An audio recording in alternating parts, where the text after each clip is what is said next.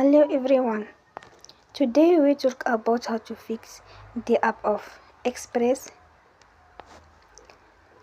We will go to settings. Then we click on apps.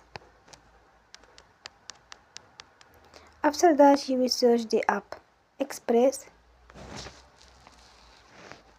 and you will click. They will on for stop.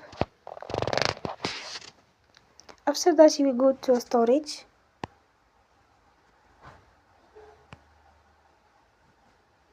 Then you click on clear cache. In the end you will turn off your Wi-Fi and you will turn again. Don't forget to support us by like and subscribe. See you next time and thank you for your attention.